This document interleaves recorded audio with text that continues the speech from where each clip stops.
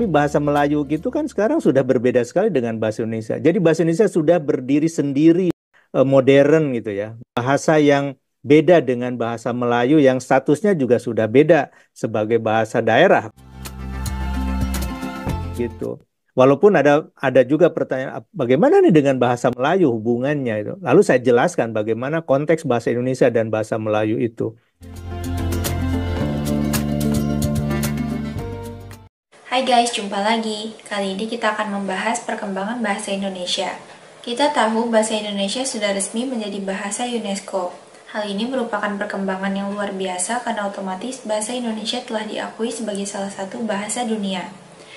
Ada penjelasan yang menarik kenapa bahasa Indonesia akhirnya diterima oleh UNESCO. Yuk kita simak ya. Apa saja sih faktor penting yang menjadikan bahasa Indonesia bisa diterima sebagai salah satu bahasa internasional yang digunakan pada sidang umum UNESCO? Untuk kesempatan pertama saya berikan kepada Pak Ari terlebih dahulu. Silakan. Tentunya adalah faktor sejarah sendiri. Kita adalah negara multi etnik, multi suku, multi bahasa. Tapi kita punya satu bahasa yang bisa mempersatukan kita semua, yaitu bahasa Indonesia. Dan ini kita semua tahu sudah dimulai sejak Sumpah Pemuda tahun 1928 sendiri. Dan bagi sebuah bangsa yang sifatnya multi etnik, keberadaan unsur pemersatu itu sangat penting, terutama dalam proses pembentukan bangsa atau nation building-nya sendiri. Keberadaan unsur pemersatu dalam konteks ini adalah bahasa Indonesia bisa menimbulkan identitas yang sama, rasa sepenanggungan, dan rasa kepemilikan bersama atau common ownership gitu di antara orang-orang Indonesia sendiri. Dan ini kan ada sesuatu yang unik Indonesia itu. Kita dijajah Belanda, tapi kita menggunakan bahasa Indonesia sebagai bahasa pemersatu sendiri. Indonesia itu dikenal diplomasinya sebagai diplomasi yang mengedepankan dialog, moderasi, mengedepankan persamaan. Kasarnya kita tuh nggak cari berantem gitu mbak kita. Andai kata saya bisa buat perumpamaan di sekolah ya, Indonesia itu adalah anak baik, rajin belajar, menghormati guru, rankingnya bagus, mengerjakan PR gitu kan. Kita bukan anak yang suka melakukan perundungan lah, kira-kira seperti itu. Kalau saya bikin analoginya ke lingkungan sekolah. Jadi faktor ini yang membuat kita mudah diterima. Indonesia tuh mudah diterima. Dan kalau nanti Mbak Gita pergi ke luar negeri, saya yakin kalau Mbak Gita bilang kita ini orang Indonesia, mereka akan punya kesan positif kok tentang kita. Dan ini adalah salah satu modal dasar kita. Kalau dalam bahasa diplomasi namanya ada soft power kita. Ini yang menyebabkan ketika kita mengusulkan bahasa Indonesia di UNESCO pun tidak menjadi masalah. Perjuangan ada, tapi alhamdulillah negara-negara lain dapat menerima proposal kita. Saya menambahkan bahwa bahasa Indonesia ini sebagai bahasa nasional untuk negara dengan penduduk 270 jutaan. Ini adalah power yang kuat yang pasti setiap, paling tidak dari pengalaman pribadi, setiap saya menyampaikan itu selalu orang kagum gitu ya. Oh, betapa powerfulnya bahasa Indonesia menyatukan orang yang tinggal di jauh di pulau-pulau terpencil. Bahasa Indonesia tetap dipakai sebagai bahasa sehari-hari, bahasa komunikasi yang menghubungkan ya, sebagai lingua francanya. Nah, ini telah menjadi sebuah unsur penting yang berkontribusi terhadap pengakuan bahasa Indonesia. Nah, kemudian selain itu, bahasa Indonesia menjadi bahasa kerja di Republik Indonesia. Digunakan untuk komunikasi, termasuk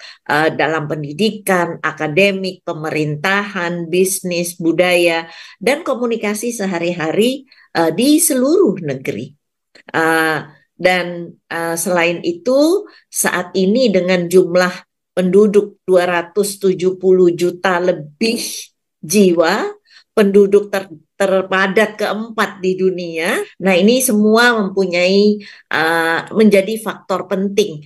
Kenapa bahasa Indonesia perlu dilirik begitu ya oleh lembaga dunia seperti UNESCO dan kemudian tentunya oleh bangsa-bangsa di dunia.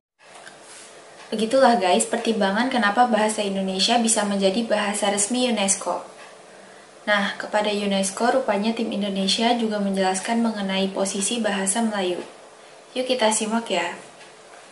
Ketika saya sampaikan proposal ini ya kepada UNESCO waktu itu, ada satu diskusi dengan kawan-kawan di Kemenlu, yaitu ketika kita bicara bagaimana kontribusi Indonesia dalam perdamaian dunia, bagaimana kontribusi Indonesia dalam pengembangan multikulturalisme gitu. Nah, ini adalah poin-poin yang kita angkat di dalam proposal kita, dan itu menjadi penekanan ketika saya diminta menjelaskan apa sih maksudnya bahasa Indonesia mau dijadikan bahasa sidang umum UNESCO ini karena apa gitu. Nah, saya jelaskan ya, selain sejarah bahasa Indonesia yang unik seperti tadi disampaikan oleh Pak Ari ya, kita tidak memilih bahasa Jawa, tapi bahasa Melayu ya. Melayunya juga bukan Melayu standar beneran gitu karena menjadi bahasa Melayu pengantar. Tapi bahasa Melayu gitu kan sekarang sudah berbeda sekali dengan bahasa Indonesia. Jadi bahasa Indonesia sudah berdiri sendiri menjadi bahasa yang modern gitu ya. Bahasa yang beda dengan bahasa Melayu yang statusnya juga sudah beda sebagai bahasa daerah kalau bahasa Melayu di kita gitu. Bahasa yang beda dengan bahasa Melayu yang statusnya juga sudah beda sebagai bahasa daerah kalau bahasa Melayu di kita gitu. Nah, tidak semua bangsa punya pernyataan dalam konstitusinya yang menyatakan bahasa negaranya itu apa. Tapi bahasa Indonesia dalam pasal 36 dinyatakan sebagai bahasa negara. Nah, ini seperti Amerika saja gitu kan tidak menyatakan bahasa Inggris sebagai bahasa negara. Nah, bahasa Indonesia menyatakan itu adalah politik negara yang sangat menakjubkan. Kemudian ada Undang-Undang 24 2009, ada peraturan pemerintah. Ini kita bahas semua. Bagaimana posisi bahasa Indonesia di kita. Nah, lalu kita kaitkan bagaimana Indonesia sudah berkontribusi sejak menjadi anggota UNESCO ya. Itu sekitar di awal-awal tahun pendirian UNESCO kan Indonesia sudah menjadi anggota gitu. Nah, bagaimana kontribusi Indonesia? Nah, ini di dalam mewujudkan kerukunan gitu ya. Seperti tadi oleh Pak Ari dikatakan soft power diplomasinya jalan gitu Indonesia ini gitu. Nah, karena tadi menjadi anak baik yang tidak suka bikin repot orang lain gitu ya. Nah, ini yang kemudian dijadikan tanya jawab gitu ya dengan mereka gitu. Dan alhamdulillah pertanyaan-pertanyaan mereka ya kita jelaskan dan sangat dipahami. Akhirnya mereka, oh begitu ya, ini Indonesia memang unik ya katanya gitu. Walaupun ada juga pertanyaan bagaimana nih dengan bahasa Melayu hubungannya itu. Lalu saya jelaskan bagaimana konteks bahasa Indonesia dan bahasa Melayu itu. Walaupun ada juga pertanyaan bagaimana nih dengan bahasa Melayu hubungannya itu. Lalu saya jelaskan bagaimana konteks bahasa Indonesia dan bahasa Melayu itu. Dan yang menurut saya juga penting untuk diingat ya, di dalam resolusi UNESCO itu, resolusi nomor 42C, itu disebutkan bahasa Indonesia, ya, recognition of bahasa Indonesia, bukan Indonesian language, tapi bahasa Indonesia.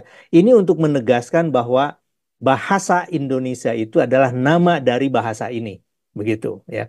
Dan itu sudah masuk ke dalam dokumen UNESCO gitu ya sebagai organisasi resmi PBB begitu.